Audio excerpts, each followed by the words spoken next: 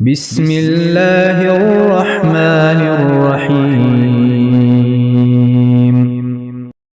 حضرت ابو سعید خدری رضی اللہ تعالیٰ عنہ بیان کرتے ہیں، رسول اللہ صلی اللہ علیہ وسلم نے فرمایا، روز قیامت زمین ایک روٹی کی طرح ہوگی جسے الجبار یعنی اللہ تعالیٰ اہل جنت کی میزبانی کے لیے اپنے ہاتھ سے اس طرح الٹے پلٹے گا جس طرح تم میں سے کوئی دوران سفر اپنی روٹی الٹ پلٹ کرتا ہے۔ اتنے میں ایک یہودی آیا اور اس نے کہا، ابو القاسم، رحمان آپ پر برکت نازل فرمائے، کیا میں آپ کو روز قیامت اہل جنت کی میزبانی کے متعلق نہ بتاؤں؟ آپ صلی اللہ علیہ وسلم نے فرمایا، ضرور بتاؤ۔ اس نے کہا، زمین ایک روٹی کی طرح ہوگی جس طرح نبی صلی اللہ علیہ وسلم نے فرمایا۔ پھر نبی صلی اللہ علیہ وسلم نے ہماری طرف دیکھا اور ہنسنے لگے حتیٰ کہ آپ کی داڑھیں نظر آنے لگی۔ پھر اس یہودی نے کہا، کیا میں آپ کو ان کے سالن کے متعلق نہ بتاؤں؟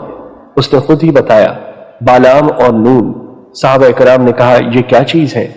اس نے کہا، بیل اور مچھلی، ان دونوں کی کلیجی کے ساتھ گوشت کا ٹکڑا جو کہ علیحدہ لٹک رہا ہوتا ہے، اس کے ساتھ 70,000 افراد کھائیں گے۔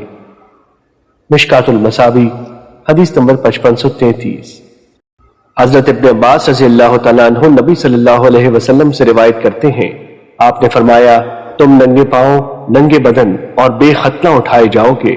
پھر آپ نے یہ آیت تلاوت فرمائی، ترجمہ، جیسا کہ ہم نے پیدا کیا تھا پہلی مرتبہ ہم ایسے ہی لوٹائے جائیں گے، یہ ہماری طرف سے ایک وعدہ ہے جسے ہم پورا کر کے رہیں گے۔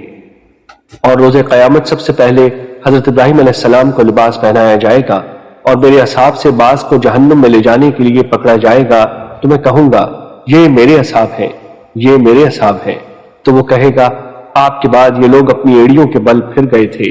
تو میں بھی وہی کہوں گا جو نیک بندے حضرت عیسیٰ علیہ السلام نے کہا تھا، جب تک میں ان میں تھا تو میں ان پر نگران تھا، العزیز الحکیم تک۔ مشکات المصابیح حدیث نمبر 5535۔